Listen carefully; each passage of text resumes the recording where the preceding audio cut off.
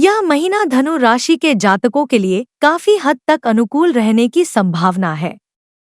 शनि देव गुरु बृहस्पति छठे भाव में रहेंगे, जिससे स्वास्थ्य में उतार चढ़ाव बने रह सकते हैं और आर्थिक मामलों में कुछ खर्च होने की संभावना है, लेकिन आपका व्यक्तित्व धार्मिक रहेगा।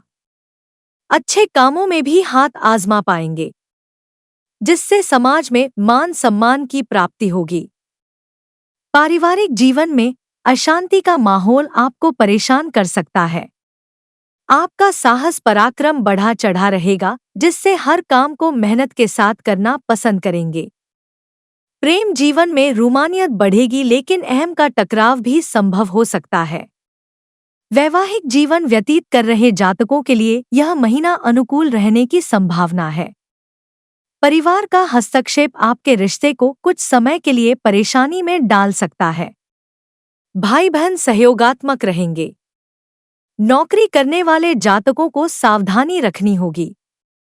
आपको कार्यक्षेत्र में परेशानियों और चुनौतियों का सामना करना पड़ सकता है, जबकि व्यवसाय कर रहे जातकों को चुनौतियों के बावजूद आगे बढ़ने का मौका मिलेगा और आपके व्यवसाय में उन्नति होगी। विदेश जाने की संभावना बन सकती है। विद्यार्थियों को शिक्षा में मनोनुकूल परिणामों की प्राप्ति होने से मन में हर्ष की भावना रहेगी। कार्यक्षेत्र करियर के दृष्टिकोण से यह महीना उतार चढ़ाव से भरा रहने की संभावना है। दशम भाव के स्वामी बुध महाराज चतुर्थ भाव में अपनी नीच राशि मीन में विराजमान रहेंगे और उनके साथ राहु और मंगल जैसे ग्रह युति संबंध बनाएंगे। इससे आपको कार्यक्षेत्र में परेशानियों का सामना करना पड़ सकता है। आपकी किसी से कहासुनी हो सकती है। मुंह ज़बानी जंग होने से कार्यक्षेत्र का माहौल अनुकूल नहीं रहेगा और इससे आपको नौकरी में कुछ परेशानियों का सामना करना पड़ सकता है। दशम भाव में केतु महाराज के विराजमान होने से आपका मन काम में कम लगेगा। आप किसी बात को लेकर परेशान नजर आएंगे। आपको लगेगा कि आप बेवजह के काम में लगे हैं और आपको कुछ और बेहतर करना चाहिए था, जिससे काम में त्रुटि होने की संभावना भी बढ़ सकती है।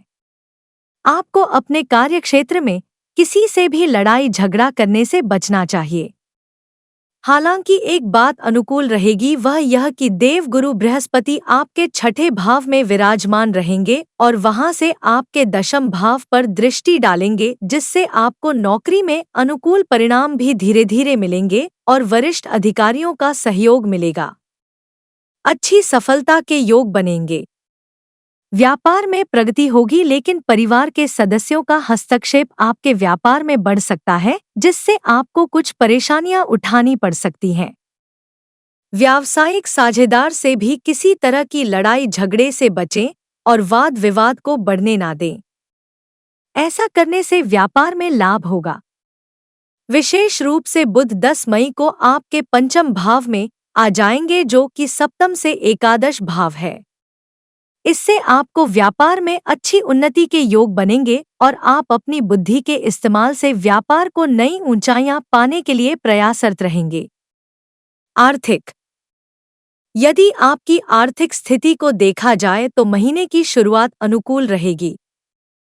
चतुर्थ भाव में बैठकर मंगल महाराज एकादश भाव पर दृष्टि डालेंगे और सूर्य और शुक्र भी पंचम भाव से एकादश भाव को देखेंगे, जिससे आपकी आर्थिक स्थिति में बढ़ोतरी होगी। आर्थिक लाभ के योग बनेंगे। एक से ज्यादा माध्यमों से आपके पास धन आगमन के योग बनेंगे, लेकिन चौथे भाव में राहु मंगल के अंगारक दोष के कारण किसी भी तरह की संपत्ति के क्रय विक्रय से बचना ही बेहतर होगा, अन्यथा उसके विवादित होने की संभावना हो सकती है और उसमें आपको हानि उठानी पड़ सकती है। सूर्य महाराज की कृपा से सरकारी क्षेत्र से भी धन लाभ होने के योग बनेंगे। शनि महाराज तीसरे भाव में बैठकर आपको बाहुबल और परिश्रम से आर्थिक लाभ कराएंगे। सूर्य के छठे भाव में आ जाने से खर्चों में कुछ बढ़ोतरी होगी, लेकिन बुध ग्रह के भी पंचम भाव में आने के बाद आपके व्यापार में भी अच्छे धन लाभ के योग होने लगेंगे। आप अगर चाहें तो सावधानी पूर्वक शेयर बाजार में निवेश कर सकते हैं और इसमें अच्छा लाभ कमा सकते हैं। स्वास्थ्य। यह महीना स्वास्थ्य के दृष्टिकोण से कुछ कमजोर रहने की संभावना है। राशि स्वामी बृहस्पति महाराज और रोग के भाव यानी कि छठे भाव में पूरे महीने बने रहेंगे, जिससे आपका स्वास्थ्य कमजोर बना रह सकता है। 3 मई को बृहस्पति अस्त अवस्था में आ जाएंगे। यह समय स्वास्थ्य को और कमजोर बना सकता है। आपको आमाशय से संबंधित समस्याएं हो सकती हैं और छाती में जलन, जकड़न या संक्रमण जैसी समस्या होने की संभावना बन सकती है। सूर्य के वृषभ राशि में 14 तारीख को आ जाने से वह आपकी स्वास्थ्य समस्याओं को दूर करने में महत्वपूर्ण योगदान प्रदान करेंगे और आपकी रोग प्रतिरोधक क्षमता को बढ़ाएंगे। आपको स्वास्थ्य समस्याओं को नजरअंदाज नहीं करना है, लेकिन एक अच्छी दिनचर्या को अपनाना है जिसमें सुबह की सैर और थोड़ा बहुत व्यायाम और योग शामिल हो। इससे आपको अच्छा स्वास्थ्य लाभ मिल सकता है। कुछ समस्याओं के लिए चिकित्सक से संपर्क करना ही बेहतर रहेगा। प्रेम व वैवाहिक। यदि आप किसी प्रेम संबंध में हैं, तो महीने की शुरुआत बहुत बढ़िया रहेगी। शुक्र के पंचम भाव में होने से आपके रिश्ते में रोमानियत बढ़ेगी और यह समय आपके प्रेम जीवन में प्रेम को परवान चढ़ाने वाला होगा। हालांकि साथ में उच्च राशि के सूर्य भी विराजमान होंगे, जो आपके पार्टनर के मन में कुछ अभिमान भी बढ़ा सकते हैं, जिससे आपके बीच अहम का टकराव भी हो सकता है। इससे बचने की कोशिश करेंगे तो यह समय अनुकूल रहेगा। 14 मई को सूर्य वृषभ राशि में छठे भाव में चले जाएंगे और उससे पहले ही 10 मई को बुध पंचम भाव में आ जाएंगे। बुध और शुक्र के पंचम भाव में होने से आप एक दूसरे के प्रति अपना प्रेम प्रदर्शित करेंगे। भरपूर रोमांस के मौके मिलेंगे। एक दूसरे के साथ अच्छा समय बिताएंगे। साथ फिल्म देखना, बाहर खाना खाने जाना, घूमना फिरना, सभी परिस्थितियां आपके प्रेम को बढ़ाने वाली होंगी। बुध के पंचम भाव में आ जाने से आपके प्रेम विवाह के योग भी खुल सकते हैं। इसलिए यदि आप किसी को पसंद करते हैं, उनसे विवाह करना चाहते हैं, तो अपने मन की बात उनसे कह सकते हैं। आपको सफलता मिलेगी। विवाहित जीवन व्यतीत कर रहे जातकों के लिए वैसे तो समय अच्छा रहेगा और आप अपने जीवन साथी के साथ मिलकर जीवन के कई फैसले लेंगे, लेकिन परिवार के लोगों की शांति की वजह से आपके रिश्ते में भी समस्या आ सकती है। किसी भी परिस्थिति में ऐसा ना होने दें और समय रहते परिस्थितियों को संभालने पर ध्यान दें। इससे सब कुछ अनुकूल हो सकता है। जीवन साथी को स्वास्थ्य समस्याएं हो सकती हैं, इसलिए उनके स्वास्थ्य का ध्यान रखें। पारिवारिक।